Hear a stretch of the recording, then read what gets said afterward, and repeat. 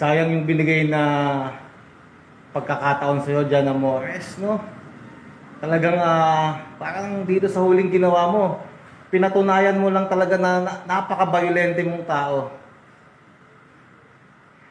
I don't know kung mabibigyan ka pa ng last chance dyan sa basketball career mo, no? Sayang, sayang. Ang daming gustong patunayan ang kanilang talento, skills sa basketball. Hindi mabigyan ng pagkakataon. Ikaw, kahit na marami kang troubles before, nabigyan ka ng chance, kaso sinayang mo na naman.